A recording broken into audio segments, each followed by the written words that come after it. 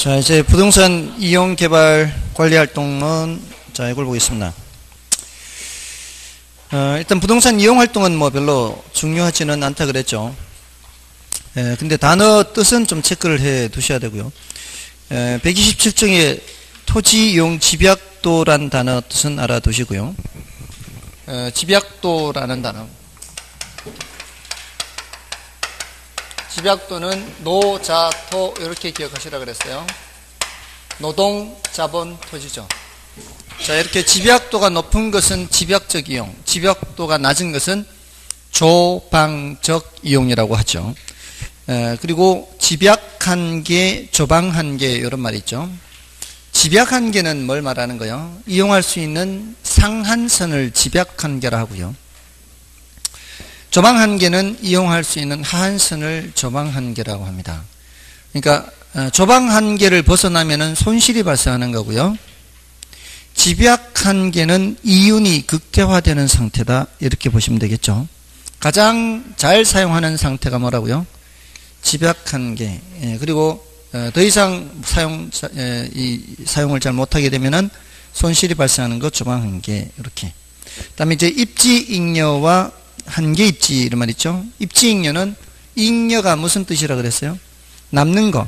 입지는 위치란 뜻이죠. 위치가 좋아서 남는 이익 이렇게 보시면 돼요. 위치가 좋아서 남는 이익. 왜 우리 목이 좋다고 하잖아요. 목이 좋다고 하는 게 바로 입지잉여가 많이 발생한다 이런 뜻입니다. 그 다음에 한계입지는 더 이상 입지잉여가 발생하지 않는 위치를 한계입지 이렇게. 자, 나머지는 됐고요. 뭐 지가 구비 현상 뭐 별로 중요하지 않습니다. 자, 도시 스프롤 현상 이걸 좀 보시고요. 도시 스프롤 현상은 도시가 무질서하게 평면적으로 확산되는 현상이죠. 자, 이거는 이제 개발도상국에서 보통 도시계획이나 토지 이용 계획을 소홀히 하면서 비롯됩니다. 우리나라 과거 그 도시계획이 부족할 때 제가 살던 소도시도 그랬고요. 서울도 마찬가지. 여러분들은 어디 사셨는지 모르지만 아마 대전이나 이런 곳들도 크게 차이가 없었을 겁니다. 도시계획이라는 게 우리나라는 70년대부터 시작이 됐거든요. 그러니까 60년대부터 경제발전은 이루어지고 있었는데 계획이 없었으니까 얼마나 무질서하게 확산이 되겠어요. 그러니까 뭐예요? 스프롤 현상이 나타나게 되죠. 자, 그런 스프롤 현상을 막기 위해서 지정하는 게 뭘까요? 바로 개발 제한 구역입니다. 그 대책이 있죠.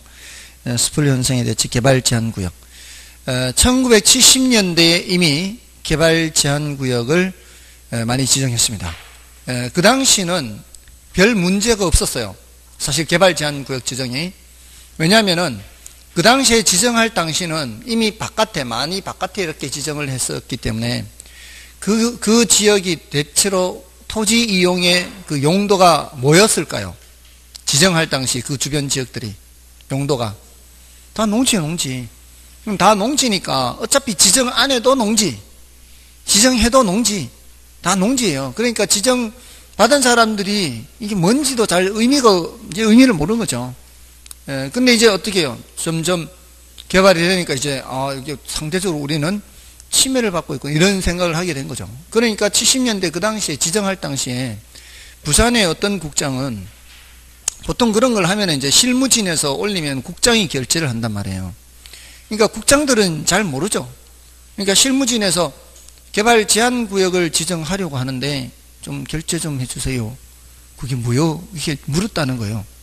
이렇게 해서 도시의 무질서한 확산을 방지하고 도심 내 건강한 생활 환경을 보호하고 이렇게 해서 꼭 필요합니다.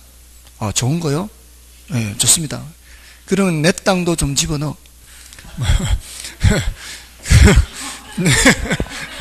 뭐 이렇게 지정을 했다고 해요. 그 당시에는. 잘 모르니까 내 땅도 좀 집어넣어 이렇게. 지금 사람들이야 당연히 이건 뭐 큰일 날 거라고 생각하지만 그 당시에는 그만큼 그 주변 지역이 다 농지라는 거예요. 근데 이미 그 당시에 뭐 대기업들이 보유하고 있는 땅들 있을 거 아니에요. 그러면은 이제 지정되지 않게 벌써 손을 썼는데 아무튼 그랬다고 합니다. 그 당시에는 그랬대. 그 당시에는. 자, 아무튼 그래도요, 그나마 그때 당시에 개발 제한 구역을 지정해 놨었기 때문에 지금 서울 주변에 그나마 그런 녹지 공간이 남아 있다고 합니다. 그리고 마지막으로 서울 시내 이제 농지가 없어졌죠. 마곡지구라고 해서 이제 더 이상 서울 시내 농지가 없어요. 이제 전부 다 이제 다 개발할 수 없는 그런 땅이 되면 이미 다 개발이 되어 있는 상태예요. 물론 이제 개발 제한 구역이 있는데 개발 제한 구역 아닌 농지는 다 없어졌어요. 개발 제한 구역은 이제 있을지라도. 근데 이제 그나마 남아있던 개발 제한 구역을 풀어서 지었던 것이 보금자리 주택이에요. 우면지구, 세곡지구. 우면지구, 세곡지구가 다 개발 제한 구역 풀어서 한 거예요. 그러니까 분양가가 그렇게 쌌었어요. 굉장히 쌌었죠. 자, 아무튼 그렇습니다. 스프롤 현상이에요. 근데 거기에 저밀도 연쇄개발 현상, 고밀도 연쇄개발 현상, 비지적 현상 이런 게 있죠. 이 저밀도도 비효율이고요. 고밀도도 비효율이고요. 적당한 게 좋은 거죠. 그리고 비지적은 개구리가 뛰는 것처럼 중간중간에 공지를 하기 위해서 확산되는 게 비지적이에요. 날비자, 땅지자를 말하는 겁니다. 그리고 특징이 주거지역뿐만이 아니라 성업, 공업지역에서도 발생하고요. 도심지보다는 외곽에서 주로 발생을 하죠. 경우에 따라 도심에서도 나타날 수도 있지만 보통은 이제 외곽에서. 다음에 최유효 이용에서 괴리됨으로써 표준적 수준 이하의 집가 수준을 보이게 됩니다. 다음에 이제 침입적 토지 이용에서 침입과 계승이란 단어를 기억을 하시면 되고요. 침입과 계승. 침입이란 단어는 뭐예요? 어떤 지역에 새로운 용도가 들어오는 거죠. 그리고 그 결과 완전히 새로운 용도로 바뀌어 버리면 계승하죠. 지난번에 여과 현상 말씀드렸었죠. 달동네 옆동네 했잖아요. 달동네에 주택이 부족하면은 옆동네로 간다 그랬죠. 그러면 그게 뭐가 발생하는 거예요? 침입이 발생하는 거죠. 거기 이제 하향여과가 시작되는 거죠. 그러다가 완전히 하향여과가 돼버리면 뭐예요? 저소득층 주거지역으로 바뀌어버리죠. 그건 뭐예요? 계승이 되는 거죠. 이렇게 되는 겁니다. 자, 이게 침입과 계승. 다음에 직주분리와 직주접근. 직장과 주거지가 분리되는 현상이 직주분리고요. 직주접근은 직장과 주거지를 또 가까운 곳에 두려는 현상이죠. 회귀현상이라고 볼 수 있죠.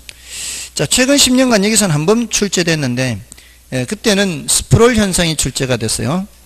그 다음으로 이 출제 가능성이 높은 것이 바로 이 직주분리와 직주접근입니다. 그래서 직주분리의 원인은 도심 환경이 악화되고요. 도심지의 고집과 교통이 발달한다, 공법상 규제라든가 이런 것 때문에 직주분리 현상이 나타나고요. 그리고 결과로서는 어떻게 해요? 결과로서는 공동화 현상이 나타나죠. 도넛 현상이라고도 합니다. 그리고 외곽은 침상 도시화되고요. 도심 고동 비율이 커지게 됩니다. 이 고동 비율이라는 것은 출퇴근 비율을 말해요. 고동이라는 말이 여기서 고자가 북고자 움직일 동자예요. 북고자 움직일 동자. 그러니까 안쪽에 왔다 갔다 이제 북치듯이 왔다 갔다 하는 거죠. 북치듯이. 이 북칠 때 한가운데를 두드리잖아요. 이렇게 고동 비율. 다음에 직주접근하죠. 직주접근. 직장과 주거지를 가까운 곳에 두려는 현상, 회귀현상. 자, 원인은 교통체증이죠. 교통체증이 발생하면은 체증 발생하면은 또 안으로 들어올 생각이 있고요. 또 도심 환경도 마침 또 개선되고 하면은 안으로 들어올 수 있죠. 이 도심 한가운데 살아보신 적 있나요? 도심 한가운데 살면은 굉장히 편리합니다. 굉장히 정말 예전에 그 와이프가 주거지가 이제 외곽에 있을 때 제가 늘 출퇴근 시켜주려고 도심 한복판까지 태워줬었는데 얼마나 불편합니까? 그게 도심으로 들어가면 길이 막히니까. 그래서 늘 이제 골치 아팠어요. 이게 와이프가 일 취직한 지 얼마 안 된 때라 야근도 많았어요.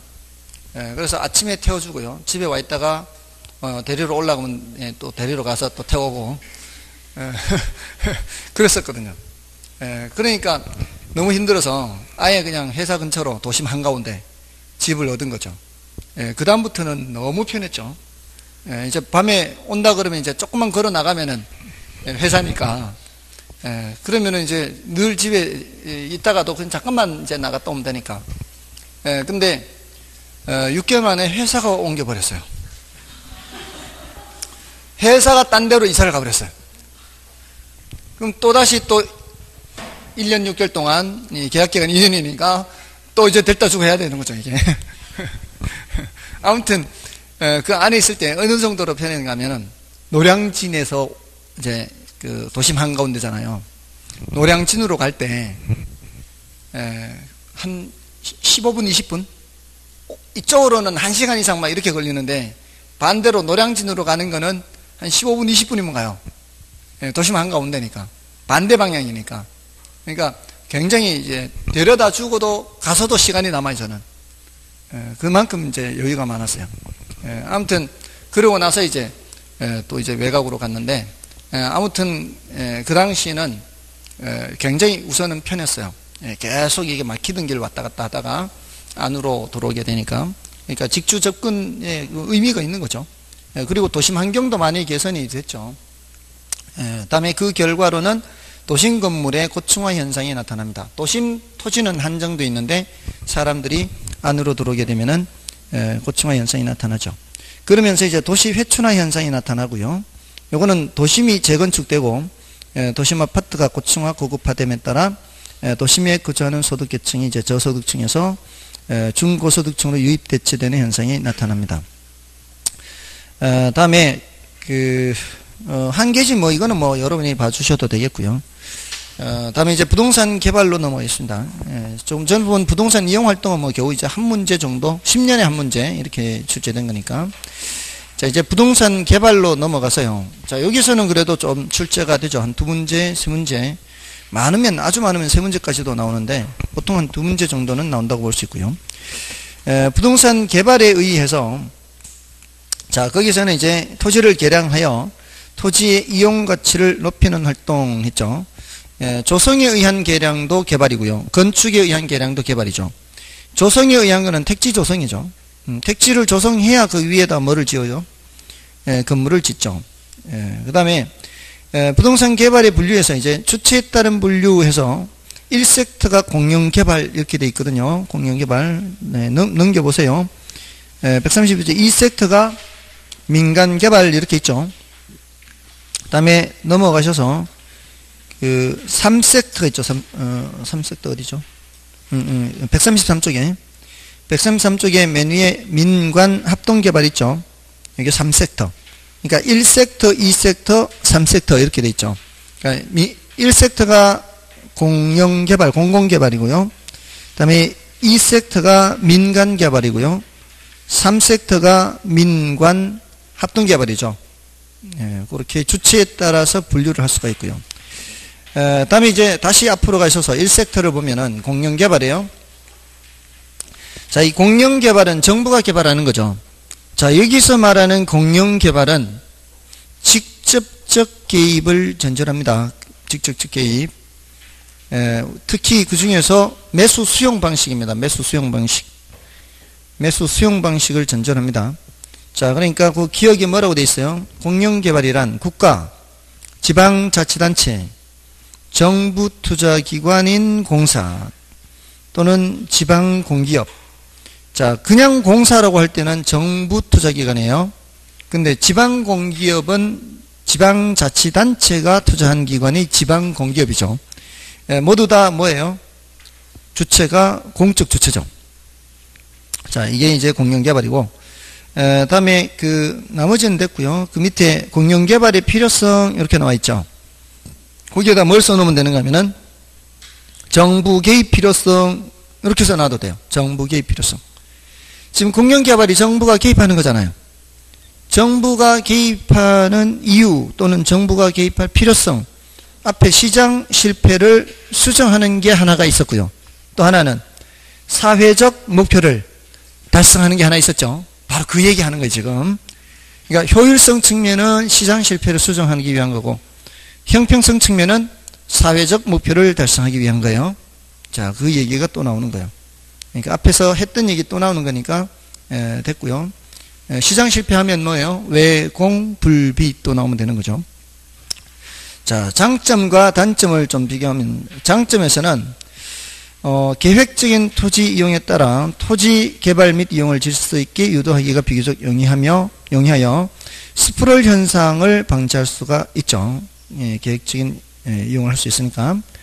또 보상과 관련되는 법률 등에 의한 수용 절차로 인하여 신속한 부동산 개발입니다. 신속한. 두 가지 체크하면 돼요. 신속한 대량 공급. 신속한 대량 공급이에요. 신도시 개발할 때 주로 이렇게 이루어지죠. 지금 세종시가 바로 뭐예요? 수용 방식이라고 보면 되죠. 신속한 대량 공급입니다. 다음에 이제 토지 소유자들부터 정부나 공공기관이 토지를 매입하여 사업을 진행하므로 토지 소유자들에게 돌아가는 불로소득을 어느 정도는 차단할 수 있습니다. 왜 그럴까요? 매수 수용할 때 보상금을 줄 때 개발이익을 배제하고 보상금을 주기 때문입니다. 그래서 개발이익을 어느 정도는 배제할 수가 있습니다. 다음에 리얼은 리얼은 뭐 참고로 보면 되겠네요. 참고로. 미음의 간보율이란 말이 나오죠. 간보율은 다른 말로 뭐라고도 할 수 있는가 하면은 토지 부담률 이런 말 쓰나요? 공법에서? 공법에서 토지 부담률 쓰나요? 이런 용어 안 쓰나요? 토지 부담률. 그럼 간보율이란 말 쓰나요? 이것도 안 쓰나요? 공법을 안 하나요? 빙의 쓸 텐데. 어떤 거 써요? 간보율 쓰나요? 아무튼 둘 중 하나 쓸 거예요. 이게 간보율이라는 게 환지 방식에서 나오는 말이죠. 환지 방식을 안 배웠을 리가 없을 텐데. 이 차이는 별 관심이 없는가 보군요. 아무튼 그 환지 방식을 할 때는 내가 갖고 있는 땅의 몇 퍼센트를 빼고 돌려받잖아요. 간보율. 그게 뭐 때문에 그래요? 채비지, 보류지. 그죠? 채비지, 보류지 때문에 그런 거 아니에요. 그 채비지는 이제 그 비용 충당하기 위한 거고, 그다음에 보류지는 뭐 공공시설이라든가 이런 것 때문에 남겨놔야 되잖아요. 그래서 그런 것들 때문에 그게 간보가 필요합니다. 근데 매수 수용 방식에서는 그 신경 쓸 필요 있어요, 없어요? 매수 수용 방식에서는 간보율을 신경 쓸 필요가 없는 거죠.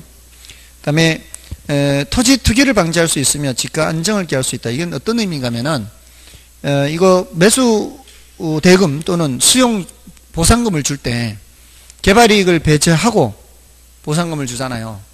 자, 그런 인식들이 다 알려져 있다면 사람들이 투기해봤자 별 소용이 없다라는 인식을 할 수 있겠죠. 그래서 토지 투기를 어느 정도는 방지할 수 있어요. 근데 완벽하지는 않죠. 왜냐하면은 개발이 되는 지역만 개발이익이 발생하는 게 아니라 그 주변 지역도 개발이익이 발생한다 그랬죠. 그래서 개발이익 환수 필요성을 인접성에서 해요. 인접성. 인접 지역에도 개발이익이 발생하기 때문에 내가 땅을 사는 것이 어느 정도는 효과가 있을 수도 있는 거죠. 근데 왜 그런 생각들을 못했는가 모르겠어요. 그 경북도청이 경북 예천과 안동 사이에 있거든요. 뭐 영주에서도 멀지 않아요.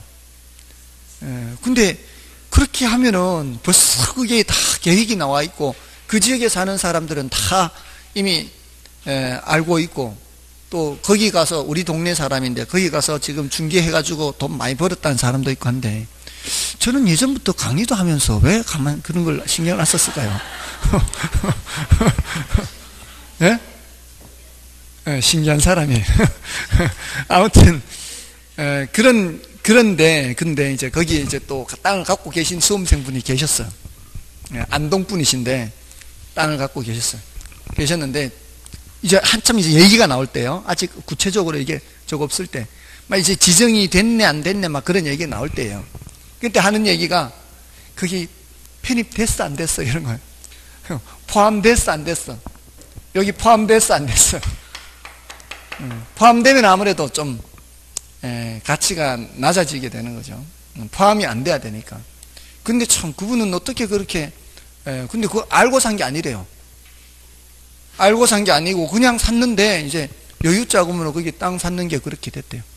근데 우리 동네 살던 사람은 그 동네로 시집을 갔어요.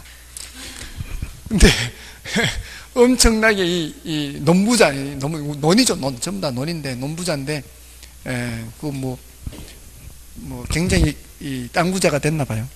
아무튼 거기는 전생에 나라를 구한 거예요. 전생 나라를 구한 거예요. 나라를. 자, 아무튼 그렇습니다. 자, 근데 이제 단점도 있죠. 단점이 이제 또 조상 대대로의 생활 터전의 상실이라는 단점이 있습니다. 여기도 그렇죠. 여기 지금 옛날 모습과 많이 바뀌었을 거 아니에요. 그럼 여기가 고향인 사람이 있을 거 아니에요. 여기가 고향인 사람 오랜만에 찾아오면 자기 살던 곳 못 찾을걸요. 그죠? 못 찾을 거예요. 그만큼 많이 변해버렸으니까. 그런 조상 대대로 내려오던 생활 터전의 상실이라든가 개발 과정에서 주민 의견 수렴 과정을 배제한다거나 또 이제 보상액에 대한 불만 등으로 인해서 토지 소유자의 반발이 있을 수가 있습니다. 그리고 토지 매입 및 개발에 소요되는 막대한 투자, 자, 이게 아주 큰 이제 단점이에요. 한지방식과 비교해서 한지방식은 돈이 많이 들어요, 안 들어요? 그건 돈이 많이 안 들어요. 근데 이거는 일단 돈을 다 들여놓고 사업을 해야 되기 때문에 돈이 많이 듭니다. 그리고 어떤 문제? 형평성 문제. 어디 형평성 문제? 요거. 이 보상금을 이렇게 받을 때 개발이익이 배제되고 보상금 받는 사람하고 이 사람들하고 이 형평성 문제가 있는 거죠. 자, 그런 단점들이 있습니다. 자, 그 이제 단점, 장단점.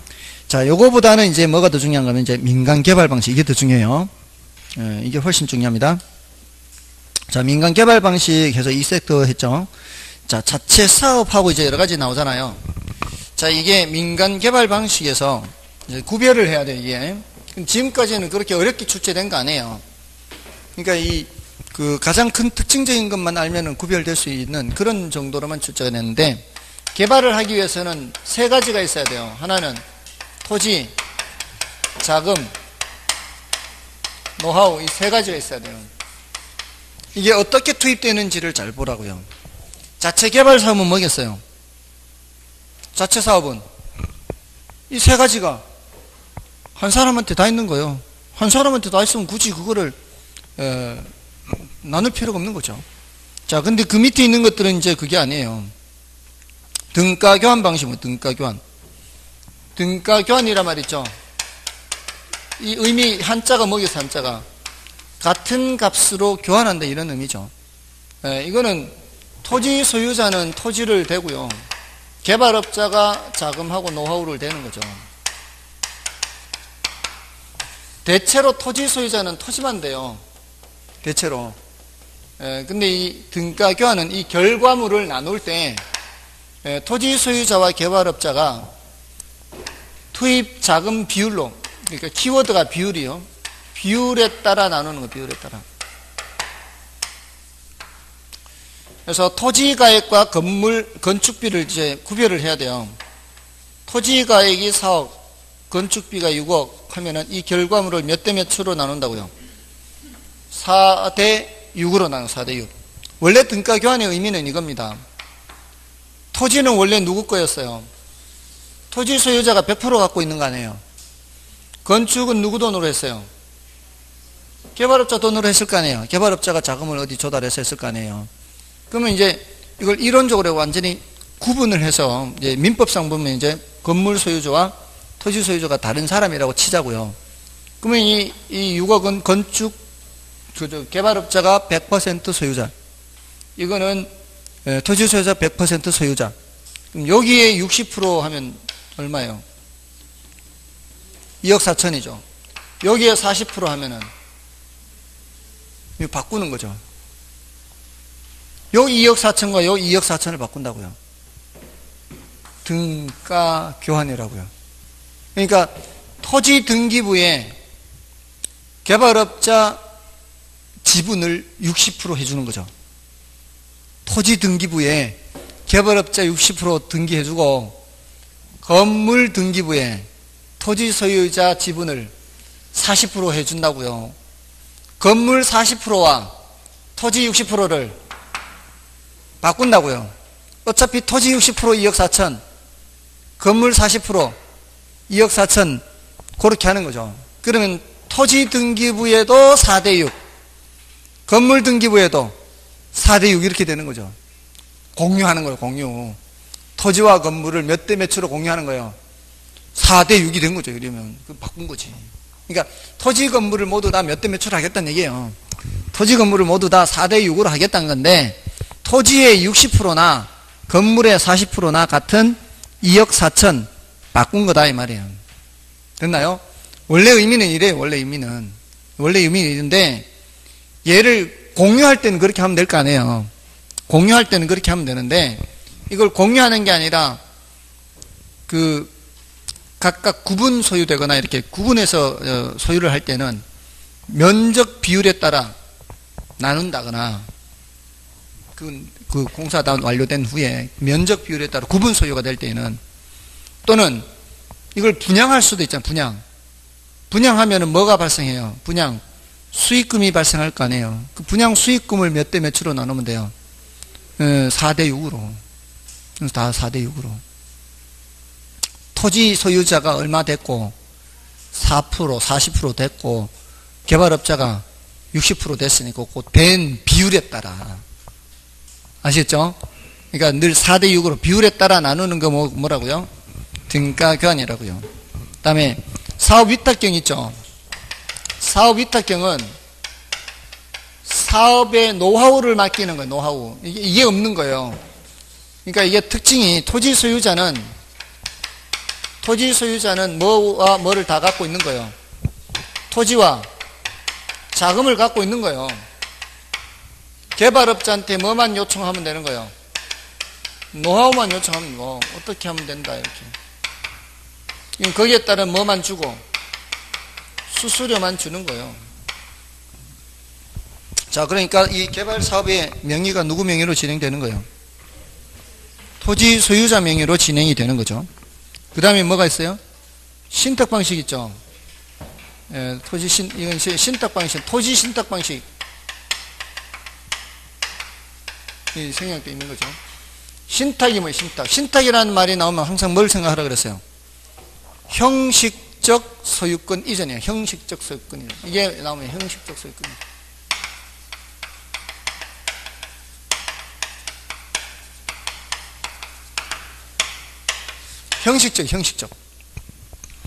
형식적인지 실질적인지 어떻게 알까요? 등기부 보면 나오죠. 그래서 공시법도 필요한 거죠. 등기 원인이라는 거 배우시죠. 등기 원인. 2차에 등기 원인이 매매인지 상속인지 증여인지 뭐 이런 뭐 판결인지 뭐 있을 수 있잖아요. 자, 그런 것들이 그 뭐가 들어가요? 신탁 이렇게 등기 원인 신탁 이렇게 가면은 이게 실질적으로 넘어간 게 아니라 형식적으로 뭔가가 있구나 이 사람들 사이에서 그 내용이 뭔가 있다 이 말이에요. 그래서 그게 내용이 바로 개발해 달라는 의미의 신탁이죠. 개발해 주세요. 일단 소유권을 형식적으로 이전해 놓고 신탁 회사가 모든 것을 알아서 책임지는 거예요. 신탁 회사가 뭐를 다 하는 거예요? 명의는 누구 명의로 넘어왔으니까 신탁 회사 명의로 왔으니까 자금하고 노하우를 다 투입하는 거죠. 그러니까 누구 명의로 진행되는 거예요? 신탁 회사 명의로 진행되는 거죠. 자, 그러니까 토지 소유자가 있으면 신탁 회사가 있을 거 아니에요. 이 소유자가 위탁자가 되는 거예요. 여기서도 토지 소유자가 위탁하는 거예요. 사업만 위탁하는, 요거는 이제 위탁자가 되고요. 여기가 수탁자가 되죠. 그래서 이렇게 해서 개발할 거 아니에요. 개발을 하면은 그 실적에 따른 이제 토지 소유권을 넘기고 개발하면은 실적에 따른 배당을 해요. 실적 배당. 누구한테 할까요? 수익자한테. 자, 그러면 이 수익자와 위탁자는 같은 사람이 대부분이에요. 보통은 같아요. 근데 반드시 같지는 않기 때문에 요거를 3자라 그래. 신탁관계 3자, 당사자. 위탁자, 수탁자만 있는 게 아니라, 위탁자, 수탁자만 있는 게 아니라 수익자도 있다고요. 자, 이렇게 해서 실적 배당하는 방식이 신탁 방식이다. 모든 명의는 신탁회사 명의로 진행된다. 자, 다음에 이제 공사비 대물 변제형과 분양금 정산형이 있죠. 자, 요거는 5번, 6번 모두 다 공사비에 대한 거를 하나는 물건으로 주는 거고 하나는 분양 수익금이 발생할 때 수익금으로 주는 거고 그런 차이입니다. 자, 그럼 됐고요. 다음에 이제 신차지 방식이 있죠. 신차지 방식. 요거는 이제 대응하는 게 이제 구차지 방식인데 신차지, 구차지. 이건 뭐 중요도가 조금은 낮은데요. 한 번 정도 말씀드리는 겁니다.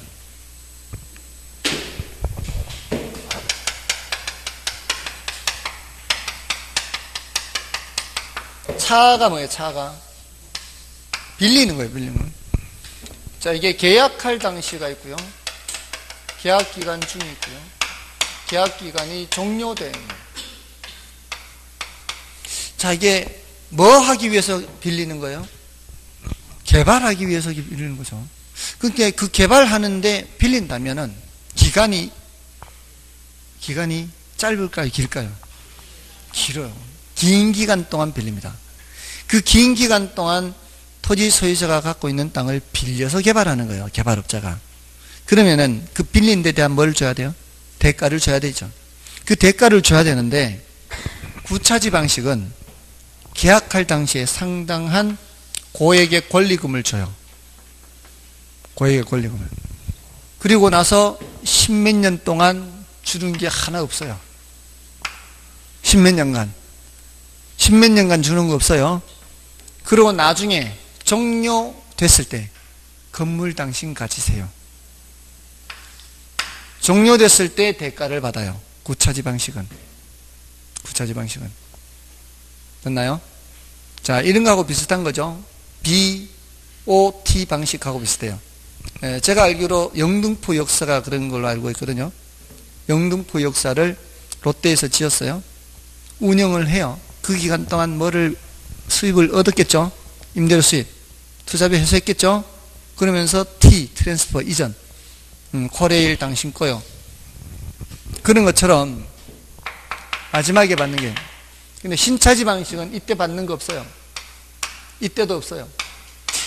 언제? 그 계약 기간 동안 매달 뭐 받는 거예요? 임대료 받는 거지. 매달 임대료 받는 거예요. 이게 보통의 임대료 생각하면 돼요. 신차지 방식. 계약 기간 동안 그냥 꼬박꼬박 이제 임대료 받는 거예요. 여러분들 같으면 어떤 방식이 좋을 것 같아요? 땅을 갖고 있다면? 이게 더 나을 것 같아요? 이게 긴 기간이라 그랬죠. 중간에 죽으면은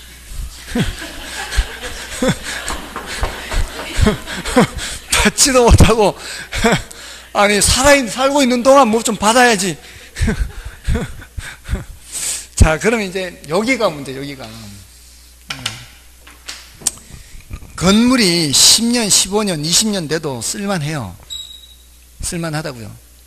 이게 대가를 받는 게 없다는 얘기는 건물을 개발업자한테 돈 주고 사야 된다는 뜻이에요. 계약기간은 종료됐는데 건물은 있을 거 아니에요. 야, 건물 그 떼가지고 가라 이렇게 해요?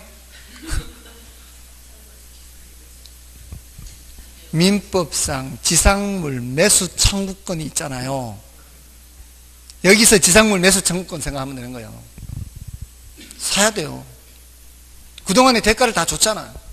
대가를 다 줬으니까 사야지. 근데 이때는 뭐라고요? 공짜로. 건물 공짜로 넘기는 거고. 이거는 돈을 주고 사야 되는 거고. 됐죠? 그러니까 신차지 방식은 십몇 년간, 20년 동안 막 이렇게 매달 받은 대신에 땅 사용 대가를 받았잖아요. 땅 사용 대가를 받은 대신에 건물을 사야 된다 이 말이죠. 돈 없으면 그럼 대출 받아 사면 되지. 그 정도 대출금은 나올 거라고. 그 정도 대출금은. 오래됐잖아요. 그리고 또 그거 다 홀랑 쓰면 안 되지. 그거를 좀 모아놨어야지. 그러니까 유상으로 양도 이런 말이 나온다고. 여기는 시험에 뭐라고 나온다고요? 유상으로 양도. 유상으로. 이건 무상이죠. 무상. 공짜로 주는 거니까. 아무튼 여러분들이 좋은 쪽으로 생각하세요. 여러분들이 뭐가 더 나은 건지, 신차지가 공짜로 받는 게 더 좋을란지, 아니면 나중에 평소에는 돈 받고 나중에 돈 주고 사는 게 나을란지, 신차지 방식이 나을란지, 구차지가 나을란지. 자, 그럼 됐고요. 다음에 이제 그 오른쪽 페이지에 토지 취득 방식에 따른 분류에서 단순 개발, 이건 뭐 토지 소유자인 자력 개발이고요. 권리 불변 방식이라 그래요. 근데 환지 방식은 아까도 말씀드렸듯이 감보라는 게 있다 그랬죠. 감보. 그래서 뭐예요? 권리 축소. 그다음에 그 매수 방식은 권리 소멸. 매수 수용 없어져 버리니까. 그다음에 혼합 방식은 2번, 3번 다 한 거. 신탁 방식은 좀 전에 말씀드렸던 그 신탁, 토지 신탁을 말하는 거고요. 그다음에 신개발, 재개발. 자, 신개발은 별로 신경 쓸 필요 없고요. 재개발에서는 주거 환경 개선 사업, 그리고 재개발 사업, 재건축 사업. 자, 이렇게 단순화됐죠. 그 세 가지 주거 환경 개선 사업과 재개발 사업, 재건축 사업 이렇게 단순화됐습니다. 예전엔 좀 복잡하게 돼 있었는데 지금은 세 가지로 돼 있어요. 다음에 그 밑에 그 시행 방법에 따른 구분에서는 위에 뭐 공법이니까 뭐 공법에서 한 것만으로도 충분할 겁니다. 이거는 이제 기억의 보전 재개발과 수복 재개발, 그리고 계량 재개발, 철거 재개발 하죠. 자, 이게 보전하고 수복 이것만 좀 구별을 하면 되죠. 보전은 현상 유지라 그랬죠. 현상 유지라는 것은 노후화된 게 있다 없다? 없다 그랬죠. 이거는 방지하게 하는 거죠. 사전에 방지하는 거. 수복은 복구하는 거라 그랬어요. 노후화된 것이 있는 거죠. 나머지는 그대로 두고 노후 불량화 요인만 제거하는 거죠. 계량은 기존 시설의 확장, 개선, 첨가, 이렇게 이런 단어 체크하면 되죠. 확장, 개선, 첨가. 그다음에 철거 재개발, 저거는 기존 시설을 제거하고 새로운 시설물로 대체하는 가장 적극적인 도시개발 요인입니다. 그다음에 이제 외관에 따른 분류에서 유형, 무형, 복합하죠. 물리적 형상의 변형이 있으면 유형, 물리적 형상의 변형이 없으면 무형. 대표적인 게 바로 용도지역 또는 지구, 용도구역의 지정 또는 변경입니다. 그 다음에 복합개발은 1번과 2번이 결합돼서 나타나는 게 복합개발. 그 다음에 이제 부동산 개발의 과정은 그냥 순서, 예부터 근검만 이렇게 순서만 좀 체크를 해 두십시오. 그리고 지난 순환에는 뭐 4번도 설명을 드렸어요. 타당성 분석 단계, 실행 가능성 분석 단계도 있고, 또 마케팅 단계도 좀 몇 가지 설명을 드렸는데, 그건 뭐 그 정도면 되겠고요. 매번 설명드릴 정도의 중요도는 아닙니다. 그 뒤에 있는 부동산 개발의 위험과 타당성 분석, 이게 더 중요하죠. 자, 그거는 좀 쉬고 하도록 하겠습니다.